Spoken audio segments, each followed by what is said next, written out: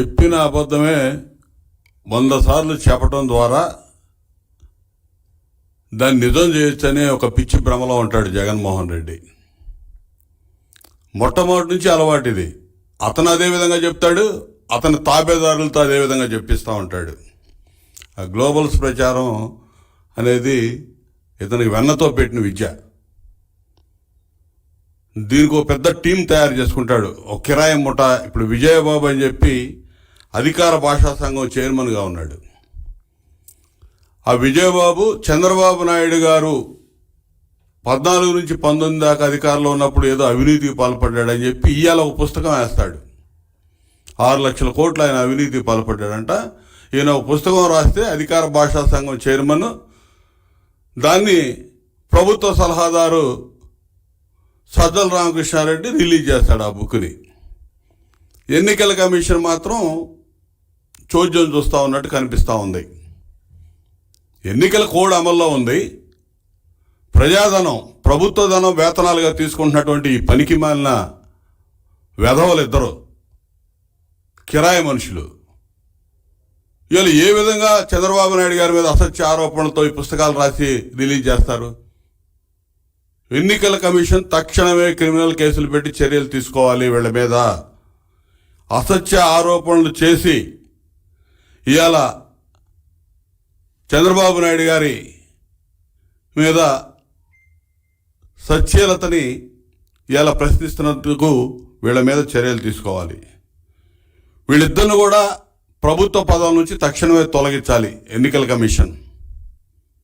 ఖచ్చితంగా చేయాలి. ఒక విశ్వసనీయత అనేది ఎన్నికల కమిషన్ మీద ఏర్పడాలంటే ఇటువంటి వాళ్ళ మీద తక్షణ చర్యలు ఉండాలని చెప్పి నేను డిమాండ్ చేస్తా ఉన్నా.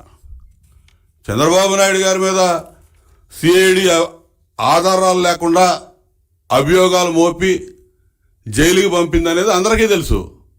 కోర్టు కూడా విశ్వసించింది. అందుకే బెయిల్ మంజూరు చేశారు. ఇలా 14 ఏళ్ళు ముఖ్యమంత్రిగా పనిచేసినటువంటి చంద్రబాబు నాయుడు గారు ఇవాళ మీరు పనికిమాలిన కేసులు, నిరాధారమైనటువంటి ఆరోపణలతో కేసులు పెట్టి వేధింపులకు గురి చేసి అబాసు పాలయ్యారు. ఇవాళ ఎప్పుడు కూడా గతంలో కూడా మీరు అధికారంలోకి వచ్చినాక పోలవరం ప్రాజెక్టులో ఏదో అవినీతి జరిగిందని చెప్పి ఢిల్లీ హైకోర్టులో కేసులు వేయించారు. అక్కడ కేంద్ర ప్రభుత్వం అఫిడవిట్ ఫైల్ చేసింది పోలవరంలో ఎటువంటి అవినీతి జరగలేదని. ఆ హైకోర్టు, ఢిల్లీ హైకోర్టు కూడా కేసు కొట్టేసింది. ఈ విధంగా ఉంటే వీళ్ళు చేసేటటువంటి ఆరోపణలన్నీ కూడా ఇలా సూట్ కేసు కంపెనీలు అనేది జగన్మోహన్ రెడ్డికి వెన్నతో పెట్టిన విద్య అందరికీ తెలుసు. ఈయనకు అధికారికంగా 16 కంపెనీలు ఉన్నాయి. ఓ 54, 55 అనధికారికంగా కంపెనీలు, సూట్ కేసు కంపెనీలు ఉన్నాయి.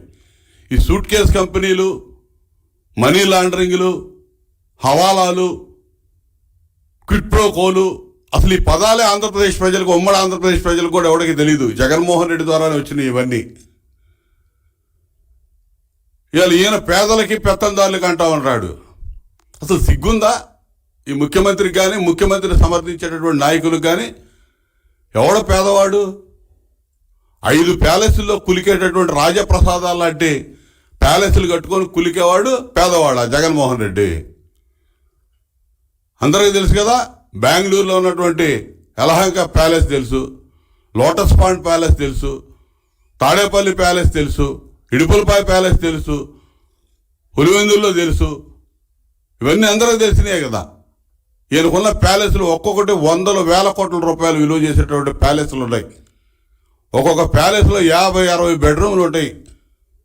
ఉండే 2 మనుషులకి అసలు ఏ విధంగా కట్టాడు, ఏం చేస్తున్నాడు ఆ ప్యాలెస్ల్లో? వేలాది ఎకరాలు ఏ విధంగా వచ్చినాయి? తండ్రి అధికారాన్ని అడ్డం పెట్టుకొని అడ్డగోలుగా దోచుకున్నాడు. 2004లో రాజశేఖర రెడ్డి అధికారం రాకముందు రాజశేఖర రెడ్డి ఫ్యామిలీకి ఉన్నటువంటి ఆస్తులు ఏంటంటే హైదరాబాద్లో ఉన్నటువంటి ఇల్లు కూడా అమ్ముకునేటటువంటి పరిస్థితులు అందరికీ తెలుసు. అది ఈరోజు ఇవాళ ఈయన దోపిడీ విలువ 8 లక్షల కోట్లు. ఇవాళ ఆధారాలు ఉన్నాయి. 43,000 కోట్లకి ఆధారాలు ఉన్నాయని తండ్రి అధికారంలో ఉన్నప్పుడే అడ్డగోలుగా సంపాదించాడని చెప్పి సిబిఐ ఛార్జ్ షీట్లు 12 ఛార్జ్ షీట్లు సిబిఐ ఫైల్ చేసింది. ఇవాళ ఇతను గనక సచ్చీలుడైతే నిర్దోషిగా నిరూపించుకోవచ్చు కదా. 12-13 సంవత్సరాలైంది కేసులు పెట్టి ఇతని మీద జైలు నుంచి బయటకు వచ్చి 10 ఏళ్ళు దాటింది. ఒక్క కేసు అంగుళం ముందుకు పోయిందా? 3700 వాయిదాలు తీసుకున్నాడు ఇప్పుడు కేసులకు సంబంధించి.